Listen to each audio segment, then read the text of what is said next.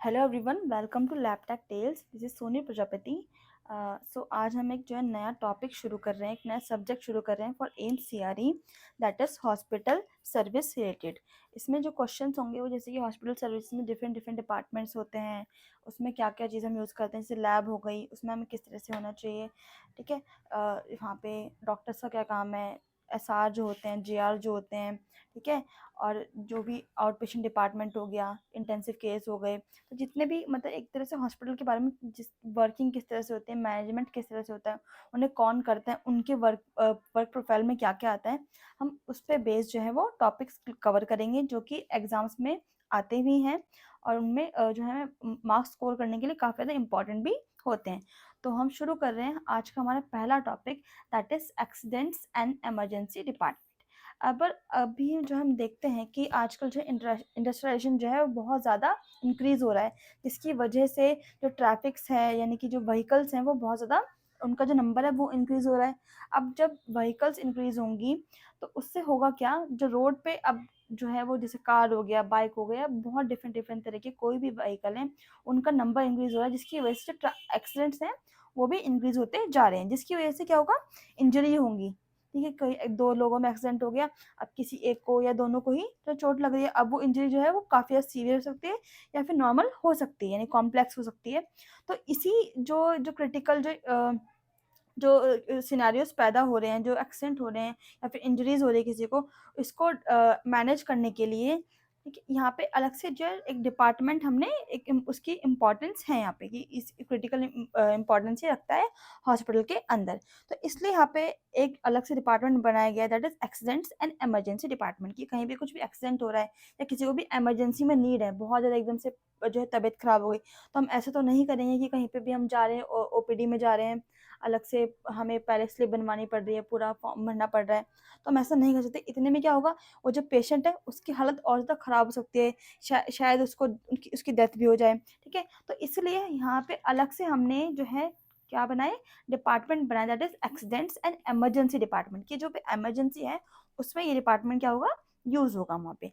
Emergency जो emergency department जो है शुड फंक्शन, सबसे पहले इंपॉर्टेंट क्या है इसमें कि जो इमरजेंसी डिपार्टमेंट होगा वो हमेशा जो है 24 आवर खुलना चाहिए पूरे साल।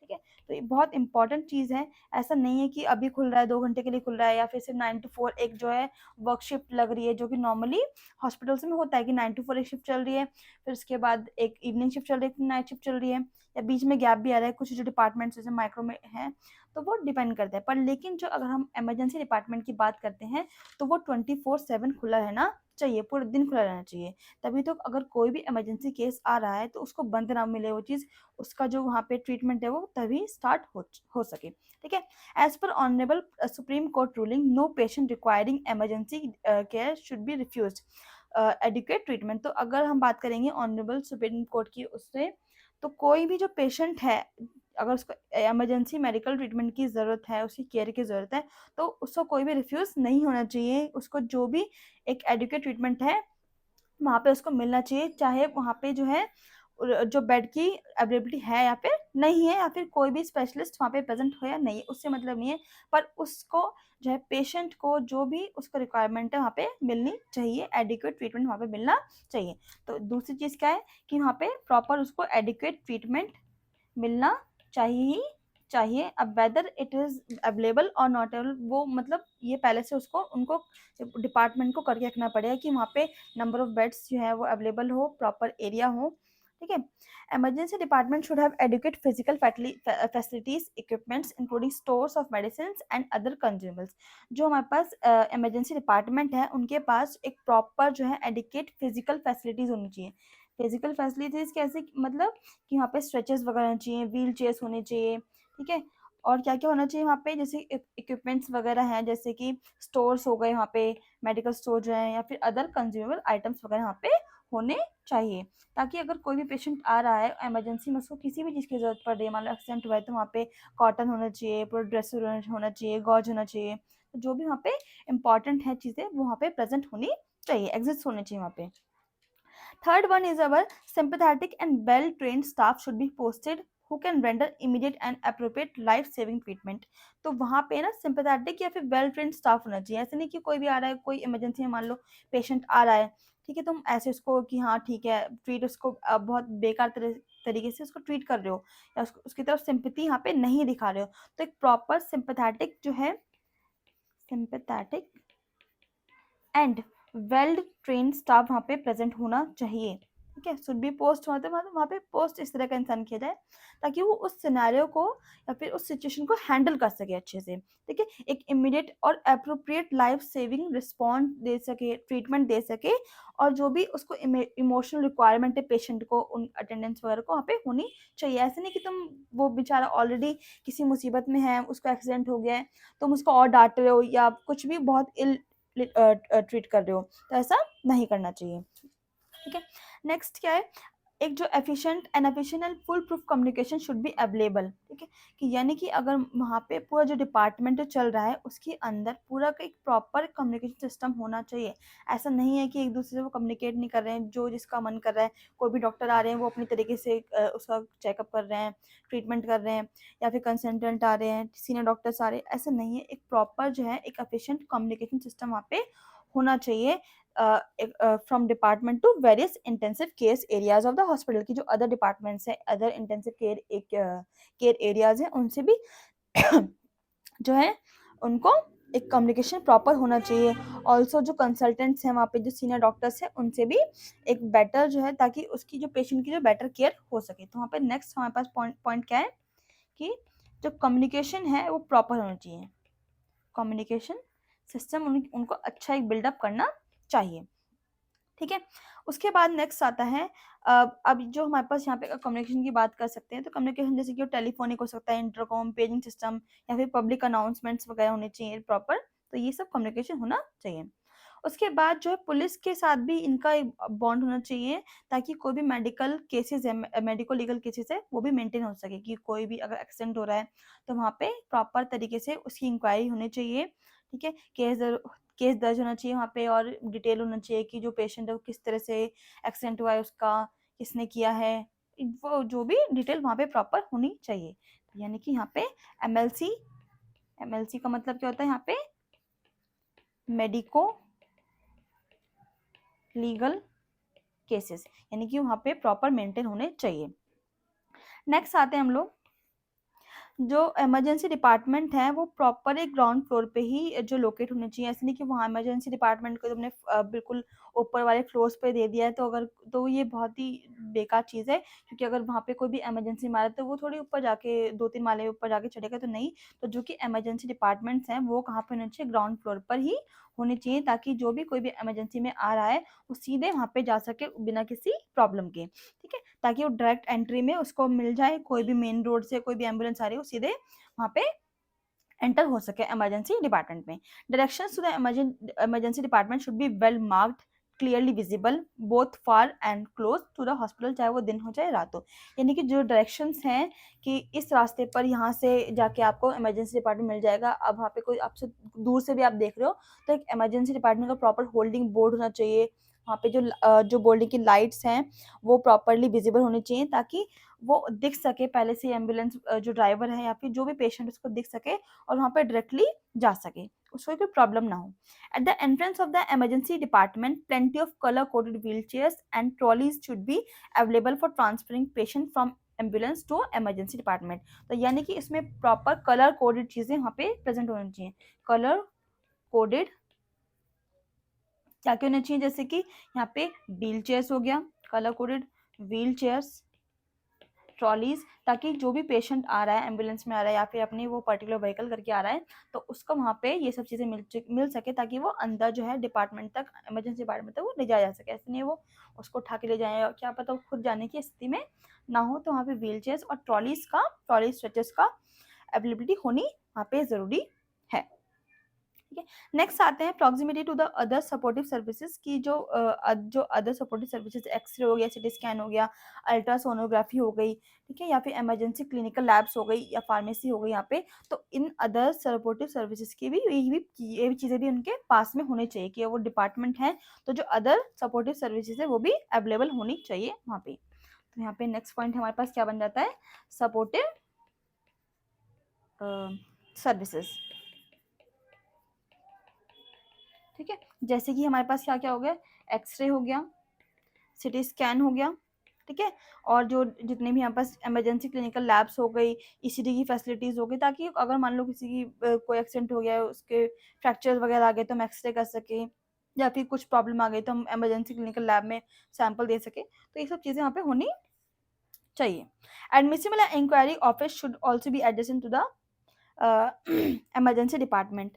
तो वहाँ पे जो इंक्वायरी ऑफिस वगैरह है वो भी वहाँ पे प्रेजेंट होना चाहिए, ताकि वहाँ पे वो जाके जो पेशेंट है वो फटाफट से इंक्वायरी कर सके, जल्दी उसको जो भी वहाँ पे जिस डिपार्टमेंट जाना है वहाँ पे भी वो जा सके। तो प्रॉपर इंक्वायरी ऑफिस वहाँ पे भी प्रेजेंट होने चाहिए, इंक्वायरी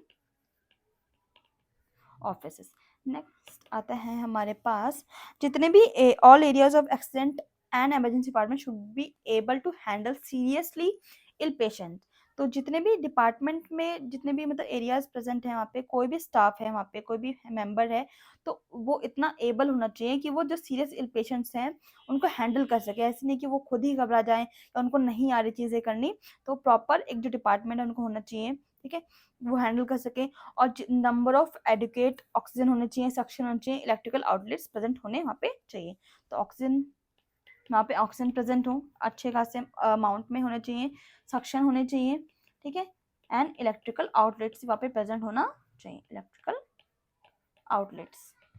ठीक है, नेक्स्ट हम आते हैं हमारे पॉइंट पर, that is patient coming to accident and emergency department should be examined by chief medical officer in triage area close to the entrance। ठीक है, तो जो भी हमारे पास पेशेंट आ रहे हैं, चाहे वो एक्सीडेंट के केसेस में आ रहे हैं या इमरजेंसी में, तो जो भी इस डिपार्टमेंट में आ रहे हैं वो चीफ मेडिकल ऑफिसर के थ्रू एग्जामिन किए जाएंगे, जो कि वहीं जो भी मतलब अगर इमरजेंसी डिपार्टमेंट का जो भी एंट्रेंस है वहीं पे वो उनका जो है वो रूम होगा, मतलब वहीं पे वो प्रेजेंट होंगे चीफ मेडिकल ऑफिसर, तो वो वही एग्जामिन करेंगे और देखेंगे कि कितने ज़्यादा डिग्री का जो सिवियरिटी है, इंजरी कितने हैं और लोग कितनी अर्जेंसी है ट्रीटमेंट की। ऐसे नहीं कि मतलब ठीक है उनका थोड़ा अभी 1-2 मिनट वेट किया जा सकता है, तो उस डिपेंड कौन बताएगा, चीफ मेडिकल ऑफिसर उसको एग्जामिन करेंगे। तो यानी सबसे पहला जो एग्जामिनेशन होता है वो किसके थ्रू होता है, CMO यानी कि chief medical officer,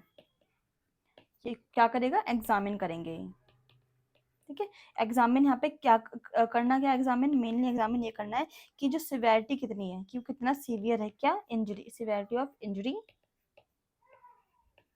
and urgency of treatment, कि उसको कितनी ज़्यादा सिवियरिटी है और कितना ज़्यादा जल्दी उसको ट्रीटमेंट हो जाना शुरू हो जाना चाहिए, अर्जेंसी कितनी है उसको। ठीक है, तो ये नेक्स्ट पॉइंट हमारे पास आ गया। नेक्स्ट पॉइंट पे हम बढ़ते हैं अपने। ठीक है, there should be control room in the casualty with specialist chief medical officer as nodal officer to deal with administrative problem for better patient care. एक प्रॉपर वहाँ पे कंट्रोल रूम होना चाहिए जहाँ पे एक स्पेशलिस्ट चीफ मेडिकल ऑफिसर जो कि एक नोडल ऑफिसर की तरह काम करेगा। उनका काम क्या होगा, जितने भी अगर प्रॉब्लम कोई क्रिएट हो रही है तो उनको सॉल्व करना, ताकि जो पेशेंट का केयर है वो अच्छे से हो सके। तो वहाँ पे एक कंट्रोल रूम होना चाहिए। ठीक है, एक कंट्रोल रूम प्रेजेंट हो और वहाँ पे होगा कौन, एक स्पेशलिस्ट CMO जो कि काम किसकी तरह करेंगे, एक नोडल ऑफिसर की तरह काम करेंगे। नोडल ऑफिसर, उनका मेन काम क्या होगा, जितने भी वहाँ पे प्रॉब्लम्स हो रही हैं उनको सॉल्व करना, देखना, डील करना, और ताकि जो जितने भी पेशेंट केयर के में मतलब और ज़्यादा वो बेटर हो सके। ठीक है, नेक्स्ट हम आते हैं अपने पॉइंट पर।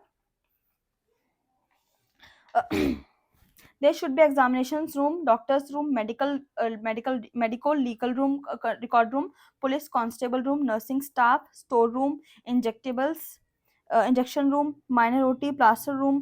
तो यानी कि जो वहाँ पे अच्छे खासे प्रॉपर डिफरेंट डिपार्टमेंट में अलग अलग रूम्स बने चाहिए। जैसे कि हम सबसे पहला क्या है, एग्जामिनेशन रूम, जहाँ पे प्रॉपर एग्जामिनेशन होगा, जो चीफ मेडिकल ऑफिसर उसको एग्जामिन करेगा पेशेंट को कि कितना सीवियरिटी इंजरी है, अर्जेंसी कितनी है, वो हो जाएगा।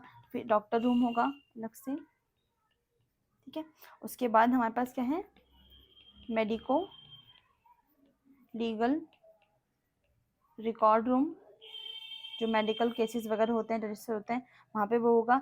एक कांस्टेबल भी होगा वहाँ पे, ताकि जो प्रॉपर वहाँ पे जितने भी हो रहे केस रजिस्टर हो रहे हैं उनको वो रिकॉर्ड कर सकें। नहीं, पुलिस कांस्टेबल रूम होगा अलग से, ठीक है। एक नर्सिंग स्टेशन होगा, ठीक है। स्टोर रूम होगा, इंजेक्शन रूम होगा, माइनर ओटी होगी, प्लास्टर कास्ट रूम, और ठीक है, ये सब चीजें वहाँ पे प्रेजेंट होंगी। Doorway should be wide enough to accommodate stretchers और ट्रॉलीज। तो जो डोरवेज है, जो डोर्स है इमरजेंसी गेट के या फिर जितने भी रूम्स है, उनके जो डोर्स हैं वो थोड़े से बड़े होने चाहिए, ठीक है, ताकि उसमें से कोई भी स्ट्रेचर है, ट्रॉली है, वो आराम से अंदर बाहर जा सके, ठीक है। नेक्स्ट हम पॉइंट पे चलते हैं हमारे। Observation ward for medical and surgical diseases should be there with specialist on call and senior residents and junior residents should be available round the clock. जो ऑब्जर्वेशन वार्ड्स हैं वो अलग से बनने चाहिए, वहाँ पे होने प्रेजेंट होने चाहिए for medical and surgical diseases. कोई भी अगर उसको मेडिकल सर्जिकल डिजीजेस हो रही हैं तो ताकि, और वहाँ पे जो स्पेशलिस्ट है वो भी वहाँ पे रहने चाहिए ऑन कॉल, की मतलब वहाँ उनसे हम कांटेक्ट कर सकें, वो बता सकें। और जो सीनियर रेजिडेंट्स या फिर जेआर हैं, जूनियर रेजिडेंट्स है, वो भी अवेलेबल होने चाहिए, या फिर वो टाइम टाइम वहाँ पे आ सके, ठीक है। राउंड द क्लॉक की मतलब वहाँ पे सीनियर, कोई भी सीनियर एसआर आ रहे हैं या फिर जेआर आ रहे हैं, ठीक है। Adjacent to the emergency department, there should be a registration room, come inquiry office, ambulance and driver's room, ambulance, mortuary van, parking area, stretcher, wheelchairs bay, waiting area, public telephone and other public convenience like drinking water, tea। तो यानी कि ये जो चीज़ें हैं emergency department के आसपास ही वहीं पे होनी चाहिए।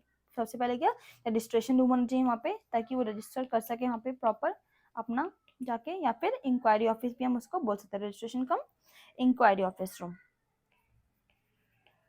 राइट, ऑफिस, ठीक है। ये होना चाहिए। एम्बुलेंस और जो है ड्राइवर्स का एक रूम होना चाहिए, एम्बुलेंस का लिए अलग से, एम्बुलेंस एंड ड्राइवर रूम, ठीक है। एम्बुलेंस फॉर मॉर्चरी वैन, जो या फिर मॉर्चरी वैन जो होती है, पार्किंग एरिया होना चाहिए, स्ट्रेचर प्रेजेंट होना चाहिए वहाँ पे, ठीक है। व्हील चेयर होनी चाहिए, ठीक है। वेटिंग एरिया होना चाहिए, प्रॉपर बनाना चाहिए वेटिंग एरिया। टेलीफोन होना चाहिए, पब्लिक टेलीफोन्स प्रेजेंट होने चाहिए, और या फिर जितने भी हमारे पास पब्लिक कन्वीनियंस, जैसे कि ड्रिंकिंग हो गया, वाटर हो गया, चाय कॉफ़ी के लिए, जितने भी वहाँ पे प्रेजेंट वहाँ पे होने चाहिए उसके आसपास में इमरजेंसी डिपार्टमेंट की। Preferably 24 hours piped oxygen and suction line supply to be available with sufficient number of outlets. आसपास अब इसके बाद ये सब चीज़ें होनी चाहिए। और अब नेक्स्ट चीज़ इंपॉर्टेंट क्या है कि प्रॉपर 24/7 जो है वहाँ पे ऑक्सीजन की सप्लाई होनी चाहिए, सक्शन लाइन होनी चाहिए, अवेलेबल होनी चाहिए, और काफ़ी ज़्यादा नंबर ऑफ आउटलेट्स वहाँ पे, ऐसे नहीं कि हाँ एक दो आउटलेट लगा दिया ऑक्सीजन के लिए, नहीं, नंबर ऑफ आउटलेट वहाँ पे, सफिशिएंट नंबर ऑफ आउटलेट्स वहाँ पे प्रेजेंट होने चाहिए फॉर ऑक्सीजन एंड सक्शन, ठीक है। Special attention to be given for maintenance of light and temperature of the room. तो जो भी यहाँ पे रूम्स हैं उनको स्पेशल अटेंशन देनी चाहिए कि यहाँ टेम्परेचर कितना है, यहाँ पे मेंटेनेंस ऑफ लाइट होनी चाहिए, अगर पावर फेलियर हो भी जाता है तो वहाँ पे इमरजेंसी लाइट वहाँ पे जनरेट होनी चाहिए हमेशा। To have an efficient emergency service for better patient care, it is desired that all types of stores equipments required in the emergency department are sufficiently available and equipments are in working order. तो जितने भी अलग अलग चीज़ें हैं हमारे पास, जितने भी इक्विपमेंट्स हैं, ठीक है, जो कि रिक्वायर्ड हैं, जैसे स्टोर हो गया, इक्विपमेंट्स हो गया हमारे पास, ठीक है, वो वहाँ पे इमरजेंसी डिपार्टमेंट सफिशिएंटली अवेलेबल होने चाहिए, ताकि जो काम है, जो वर्किंग ऑर्डर है, वो प्रॉपर तरीके से चल सके, ठीक है। अब इसमें से जैसे कि इसेंशियल इक्विपमेंट्स हमारे पास हैं, क्या क्या क्या पढ़ने हैं यहाँ पे, एक सेकेंड, इसेंशियल इक्विपमेंट्स,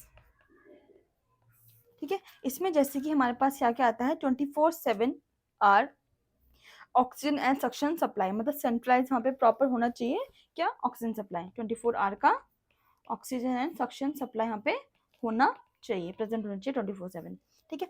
नेक्स्ट हमारे पास airways and resuscitation bags both paediatric and adult size with, वहाँ पे जो है एयरवेज होना चाहिए, रिसक्शन बैग्स वहाँ पे प्रेजेंट हो, चाहे वो बच्चों के लिए चाहे वो अडल्ट साइज के वहाँ पे होने चाहिए, ठीक है। एयरवेज एंड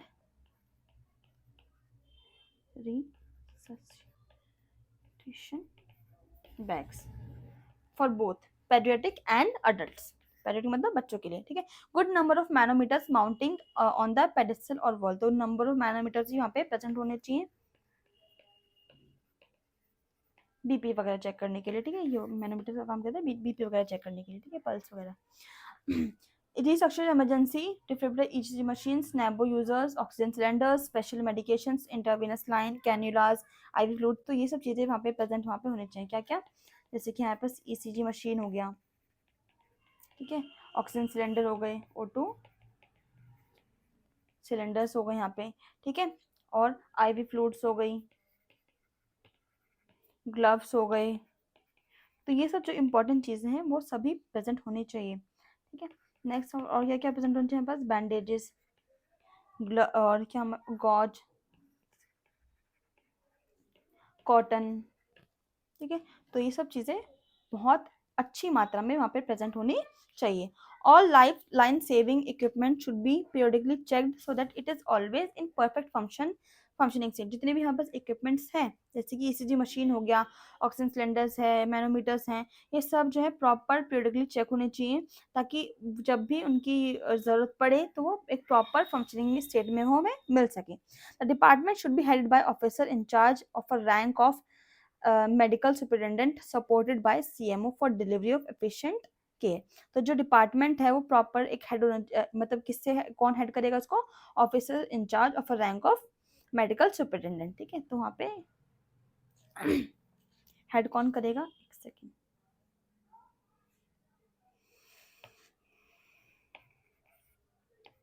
तो वहाँ पे इस पूरे डिपार्टमेंट को हेड कौन करेगा, यहाँ पे ऑफिसर इंचार्ज,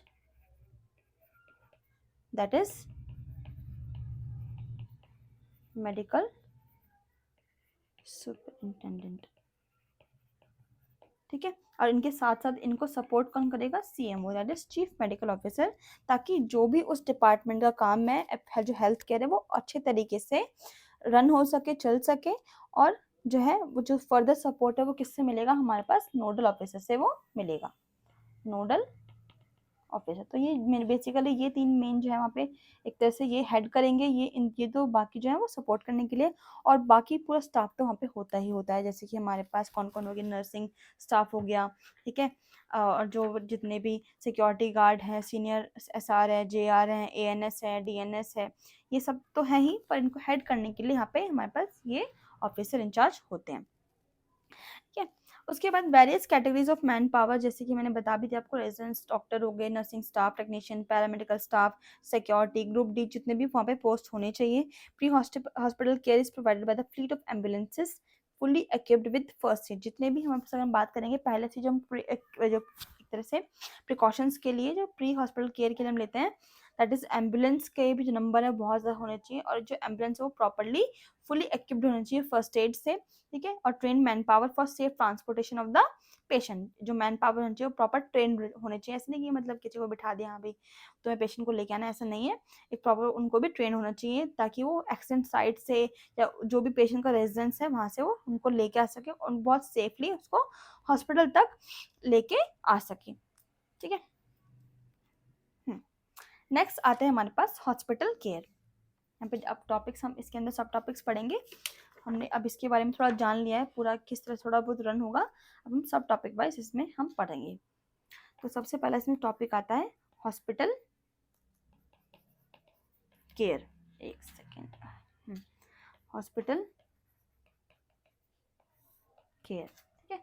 हॉस्पिटल केयर के हम क्या देखते हैं इसके अंदर, patient requiring observation for short period are kept in observation wards under observation by specialist. मान लो कोई अगर पेशेंट आ रहा है, ठीक है, इमरजेंसी में आ रहा है, तो अगर उसको कुछ टाइम की ऑब्जर्वेशन चाहिए तो उसको ऑब्जर्वेशन वार्ड्स में रखा जाएगा, ठीक है, by specialist on call medical officers, resident, nursing staff, proper record should be maintain for such patients. तो जो अगर किसी भी पेशेंट को जो भी इमरजेंसी में आ रहा है, एक्सीडेंट हो गया है, मान लो अभी वो पूरी तरह से ठीक नहीं है, वो तभी की तभी उसको घर जाने लायक वो नहीं है, तो उसको वहाँ पे ऑब्जर्वेशन में वहाँ पे कुछ टाइम के लिए वहाँ पे रखा जाएगा, जो भी वहाँ पे स्पेशलिस्ट है, मेडिकल ऑफिसर है, रेजिडेंट्स है, वहाँ पे इनको रखा जाना चाहिए, ठीक है। तो यहाँ पे ऑब्जर्वेशन वार्ड का काम यहाँ पे मेनली यहाँ पे ये होगा, तो ऑब्जर्वेशन वार्ड्स वहाँ पे होने चाहिए, ताकि हम उनको जो भी पेशेंट है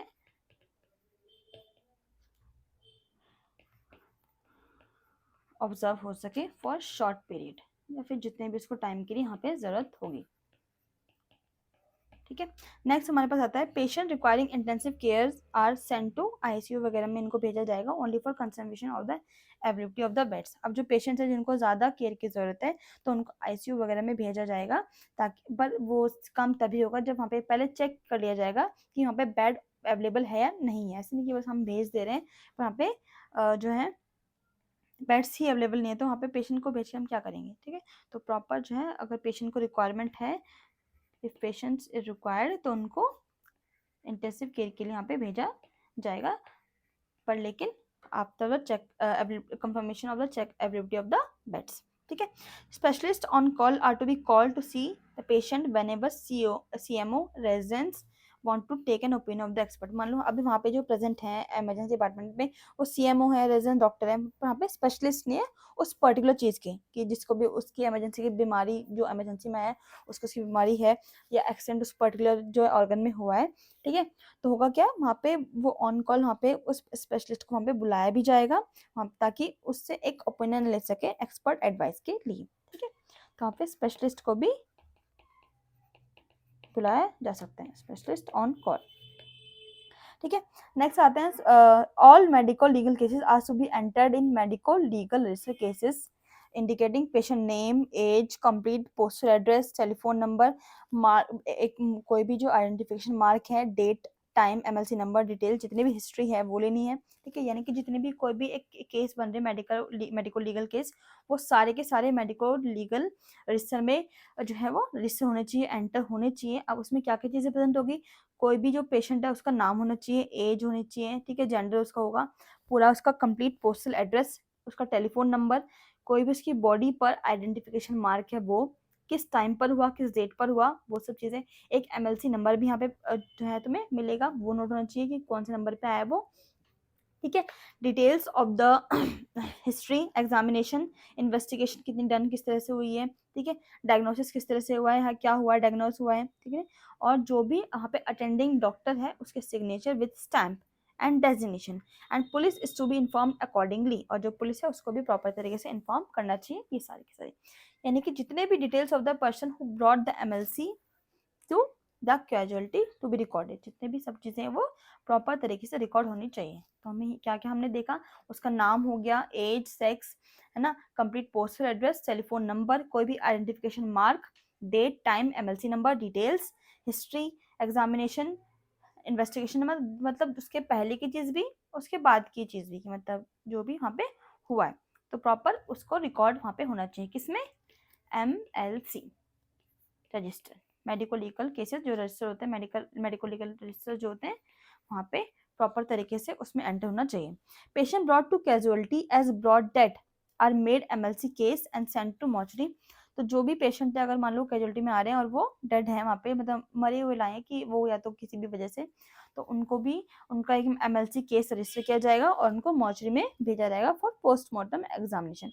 और अगर कोई केस ऐसा नहीं है जो एमएलसी केस के अंदर नहीं आता, उनको सीधे ही मॉर्चरी में भेजा जाएगा for disposal.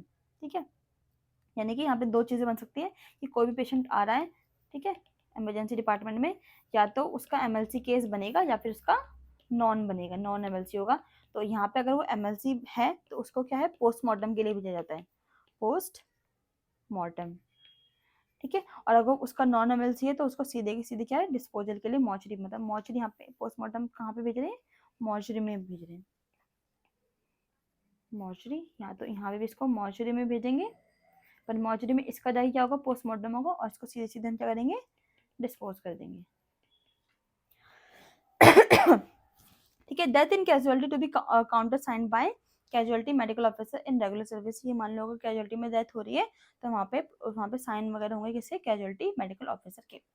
Medical superintendent assisted by CMO casualty has a pivotal role. तो जहाँ पे मेडिकल सुपरिटेंडेंट है उनका भी काफी ज्यादा इंपॉर्टेंट रोल है, उनको असिस्ट कौन करेगा, सीएमओ करेगा, for smooth running in casualty and emergency department and implementation of various policies, procedures and guideline. तो यहाँ पे बहुत इंपॉर्टेंट रोल प्ले करते हैं ताकि जो भी एक स्मूथ फंक्शनिंग हो रही है उस डिपार्टमेंट में, इमरजेंसी डिपार्टमेंट में, वो अच्छे तरीके से हो सके, जो पॉलिसीज हैं, जो प्रोसीजर्स हैं, जो गाइडलाइंस है, वो अच्छी तरीके से इम्प्लीमेंट हो सके। ठीक है,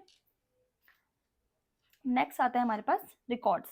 और हम रिकॉर्ड्स को किस तरह से और किन किन चीज़ों का मेंटेन वहाँ पे करेंगे, ठीक है। तो यहाँ पे अगर हम बात करेंगे वेरियस रिकॉर्ड जो है वो जो है वहाँ पे जो है एंटर होते हैं, रखे जाते हैं। तो सबसे पहले है पेशेंट के बारे में, पेशेंट अटेंडेंस एक तरह से। अब इसमें क्या क्या होगा, जो भी पेशेंट का नाम हो गया, age, sex, complete postal address, time of attendance, जो भी मतलब वहाँ पे एंटर हुआ है, तो वो सब चीज़ें यहाँ पे लिखी जाएंगी, ठीक है।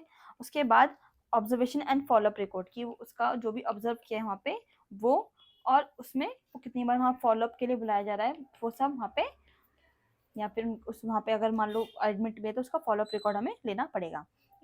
उसके बाद वहाँ पे रेफरल रिकॉर्ड होना चाहिए। रेफरल का मतलब क्या है कि अगर मान लो वहाँ पे इमरजेंसी रिकॉर्ड में उसका ट्रीटमेंट अब नहीं हो सकता है, वहाँ पे हमने बेसिकली एक प्राइमरी ट्रीटमेंट दे दिया है, टेम्परेरी ट्रीटमेंट दे दिया है, अब उसको एक प्रॉपर ट्रीटमेंट की ज़रूरत है आईसीयू में, या फिर जो भी उसको इंटेंसिव केयर की ज़रूरत है तो उसको रेफ़र किया जाएगा। अब चाहे वो जो रेफ़र है वो inside he department, inside hospital होगा कि उसी हॉस्पिटल में ही उसको ट्रीटमेंट दे रहे हैं, या फिर वो आउटसाइड डिपार्टमेंट भी, आउटसाइड हॉस्पिटल भी हो सकता है कि मान लो किसी और हॉस्पिटल के इसको रेफ़र कर दिया है, वहाँ पे लिख दिया है कि अब तुम्हें for example GB Pant hospital है तो उसको अब जाके जीटीबी हॉस्पिटल में अपना फर्दर जो इलाज वो करवाना है, ठीक है। या फिर जीवन के एक इमरजेंसी डिपार्टमेंट में तो उसी इमरजेंसी डिपार्टमेंट से वो किसी और डिपार्टमेंट में यहाँ पे उसको भेज दिया जा रहा है फॉर द फर्दर ट्रीटमेंट, ठीक है। ये सब चीज़ें होनी चाहिए। नेक्स्ट है वहाँ पे हमें और क्या रिकॉर्ड होना चाहिए, ट्रीटमेंट रिकॉर्ड होना चाहिए। Treatment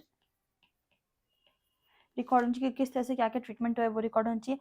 MLC record with all the diagnostic and investigation result, तो वहाँ पे एमएलसी का भी रिकॉर्ड होना चाहिए, मेडिको लीगल केसेस। एमएलसी में क्या क्या रिकॉर्ड होना चाहिए, जितने भी डायग्नोस चीज़ें हुई हैं वहाँ पे उस टाइम पर, diagnostic and investigation results,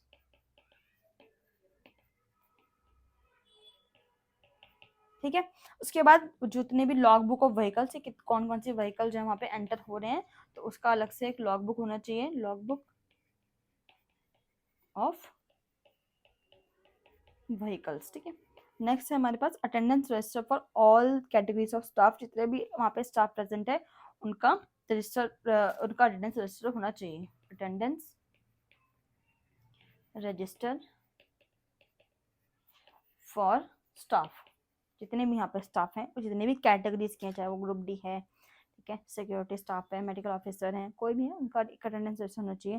duty roster for of MS doctor specialist nodal officers, वहाँ पे एक प्रॉपर रोस्टर बनना चाहिए हर एक स्टाफ का, ठीक है। डेली रिकॉर्ड होना चाहिए कि कोई भी प्रॉब्लम हो रही है या फिर मैनेजमेंट में प्रॉब्लम हो रही है, जितने भी डॉक्यूमेंट्स हैं, एडमिशन कार्ड्स हैं, केस शीट्स हैं, फॉर्म्स हैं, एक्सेंट वगैरह जैसे कि मेडिकल लीगल के, वो सारे के सारे क्या हैं प्रॉपर तरीके से रखे जाने चाहिए और उन पर स्टैम्प होने चाहिए एक तरह से एमएलसी की। अब यहाँ पे जो एमएलसी हैं उनकी 3 जो है कॉपी बनती है, कभी भी एक एमएलसी केस रजिस्टर होता है तो उसकी मेनली 3 कॉपीज होती हैं।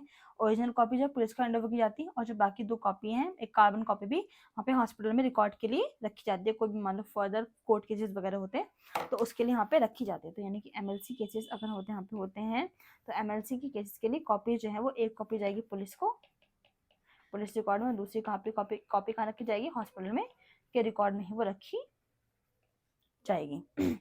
The particulars of the patient and doctor attending the emergency should be corrected with legible handwriting, तो जो भी पेशेंट है, डॉक्टर है जो अटेंड कर रहा है, सबके जो है प्रॉपर हैंडराइटिंग में, एक अच्छी शुद्ध हैंडराइटिंग में लिखा जाना चाहिए ताकि बाद में भी समझ आ सके for future retrieval of the record, की मतलब फ्यूचर में उस पर्टिकुलर रिकॉर्ड की ज़रूरत है कि कौन सा पेशेंट को क्या प्रॉब्लम हुई थी, किसने इन्वेस्टिगेट किया था, क्या डायग्नोसिस हुआ था, तो सब चीज़ें वहाँ पे, और उन्होंने किस तरह का ट्रीटमेंट उसको दिया था, ठीक है। The MLC report preferably be completed within 48 hours unless there is a unavoidable delay, तो जो एमएलसी रिपोर्ट है वो जो है 48 आवर्स के अंदर अंदर जो है क्या है हो जानी चाहिए, वो कंप्लीट हो जानी चाहिए।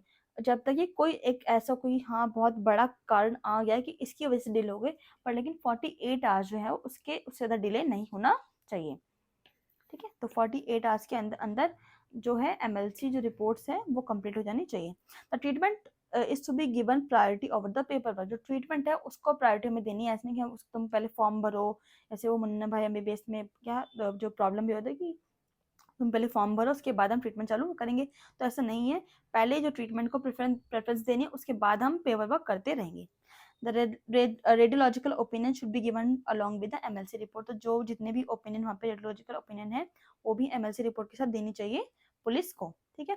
A conscious patient with mild injury if not interested in making MLC care, the fact it should be, अगर कोई भी एक पेशेंट है जो कॉन्शियस है, उसको अच्छा खासा मतलब वो ठीक है अभी कॉन्शियस में है अपने, और उसको इंजरी भी ज़्यादा नहीं हुई है, तो अगर और वो इंटरेस्टेड नहीं है एमएलसी केस रजिस्टर करवाने में, तो वो ऐसे ही मतलब उससे सिग्नेचर करा के रिकॉर्ड के साथ कर सकता है, नॉर्मली उसको भेज सकते हैं।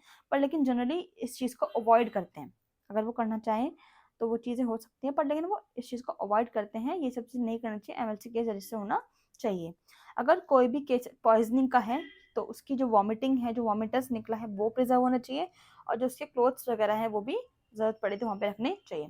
MLC register to be kept under lock and key, जो एमएलसी रजिस्टर है वो प्रॉपर तरीके से लॉक होना चाहिए, जो उसकी चाबी है वो सीएमओ कैजुअलिटी को के पास होनी चाहिए, ठीक है।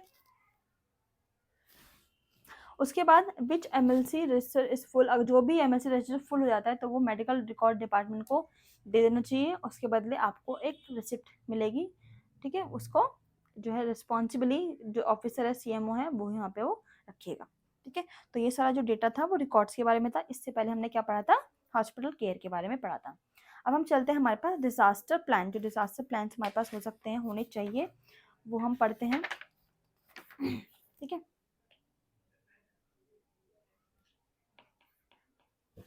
एक सेकेंड, नेक्स्ट हमारे पास क्या है,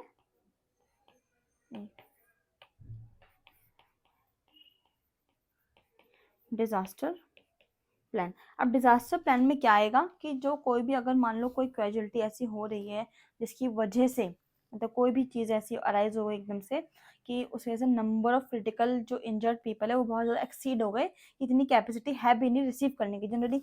अब ऐसा नहीं कि रोज़ रोज़ कुछ ना कुछ मान लो कहीं पे मतलब हो जाता है कई बार केसेस, ये कुछ भी प्रॉब्लम हो सकती है, कहीं पे कोई बम ब्लास्ट हो गया है, कुछ ऐसी चीज़ें हो गई हैं जिसकी वजह से अब वो है जो इंजर्ड पेशेंट है, कोई एक्सीडेंट हो गया मतलब मैसिव एक्सीडेंट हो गया बहुत ज़्यादा कि वहाँ पे नंबर ऑफ पीपल जो है वो इंजर्ड हो गए, तो अब क्या होगा उस पर्टिकुलर जो एरिया में जो भी हॉस्पिटल है वहाँ पे वो जो है उन पेशेंट्स को ले जाना शुरू करेंगे। ऐसा नहीं कि वो 10 जगह कि इस पेशेंट को वहाँ लेके जा रहे हैं, उस पेशेंट को वहाँ लेके जा रहे हैं, नहीं, जो भी उस पर्टिकुलर साइट के आसपास, ठीक है, वो जो हॉस्पिटल वहाँ पे पड़ता है वहाँ पे उन पेशेंट्स को ले जाना शुरू करेंगे थ्रू एम्बुलेंस, की पहले वहाँ से एम्बुलेंस सर्विसेज भेजी जाएंगी या फिर जिस भी तरीके से वहाँ पे पेशेंट्स को ले जाया जाएगा। अब जो इस पर्टिकुलर हॉस्पिटल की जो एक कैपेसिटी है वो एक पर्टिकुलर की है कि हाँ इतने number of patients on regular basis पे आते हैं।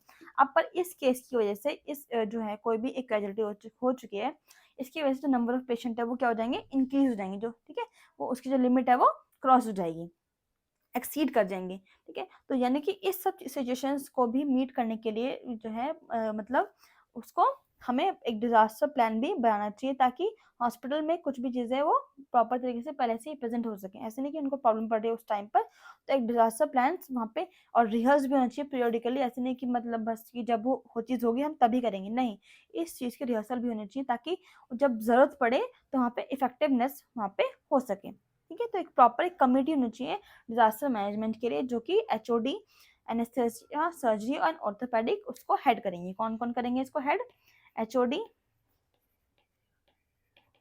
एनेस्थेसिया, सर्जरी एंड ऑर्थोपेडिक, ठीक है। तो ये सब जो है इसको क्या करेंगे, एक कमेटी होगी इनकी जो उनको हेड करेंगे, ठीक है। In the case of disaster an action plan to be operated by, अगर कोई भी डिजास्टर होता है तो एक एक्शन प्लान प्रॉपर तरीके से ऑपरेट होना चाहिए बाय सीएमओ। किस तरह से, ठीक है, सबसे पहले कोई भी जो मैसेज है वो रिसीव होगा तो हेड ऑफ इंस्टीट्यूशन को भी इन्फॉर्म वहाँ पे किया जाएगा। कोई भी मान लो आसपास ये यहाँ पे कोई पर्टिकुलर जो यहाँ पे कुछ हुआ है तो यहाँ पे आसपास ये कोई हॉस्पिटल पर्टिकुलर, इसके सीधे यहाँ पे वहाँ पे हम इन्फॉर्म करेंगे कि हाँ इस एरिया में आपके एरिया में जो है ये कुछ है मास कैजुअलिटी हो चुकी है, एक सिचुएशन ऐसी आ चुकी है, ठीक है। अब क्या होगा, सबसे पहले हम क्या करेंगे इसमें, रिसीविंग मैसेज रिसीव होगा, ठीक है, वहाँ से मैसेज रिसीव हुआ और जाके हम इन्फॉर्म करेंगे यहाँ पे एचओडी को, जो भी हेड ऑफ इंस्टीट्यूशन वहाँ पे होगा उसको हमने इन्फॉर्म कर दिया।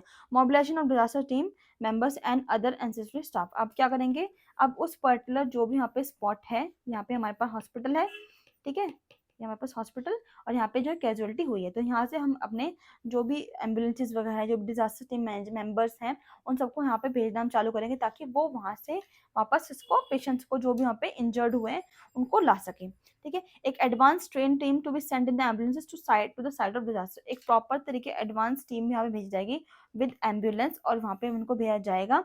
ठीक है, एम्बुलेंस होगी, उसमें प्रॉपर तरीके से क्या है फर्स्ट एड इक्विपमेंट्स वहाँ पे प्रेजेंट होंगे, ताकि अगर वहीं पर उसी साइड पर किसी को जरूरत पड़ भी रही है तो क्या होगा,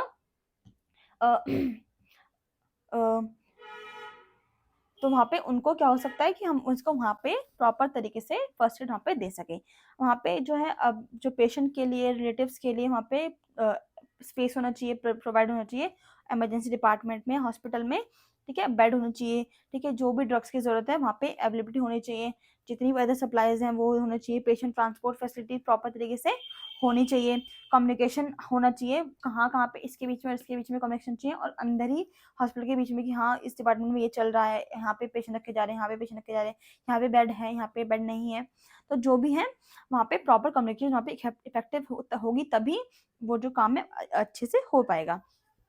जितनी भी इंफॉर्मेशन है, जो भी डिजास्टर विक्टिम्स हैं, वो प्रॉपर वहाँ पे अवेलेबल होनी चाहिए, ताकि हम जो है ministry of health and welfare को एक रेगुलर इंटरवल्स पे वहाँ पे देख सकें कि कितनों की डेथ हो रही है, कितने इंजर्ड हैं, वहाँ पे कितने अभी जो साइट पर कितने प्रेजेंट हैं, हॉस्पिटल में कितने जो है लोग आ चुके हैं, जो पेशेंट्स आ चुके हैं, तो एक प्रॉपर तरीके से इन्फॉर्मेशन वहाँ पे होनी चाहिए, प्रॉपर डॉक्यूमेंटेशन होना चाहिए पेशेंट्स का, आइडेंटिफिकेशन होना चाहिए, ताकि हमें पता चल सके कि कौन है, कितने लोग इंजर्ड हुए हैं, वहाँ पे कौन है, हम उनके परिवार को जाके बता सकें। ठीक है, और जो गवर्नमेंट हॉस्पिटल हैं उनसे एडजॉइन करना चाहिए, कॉपरेशन करना चाहिए, जो भी अगर रिक्वायरमेंट है।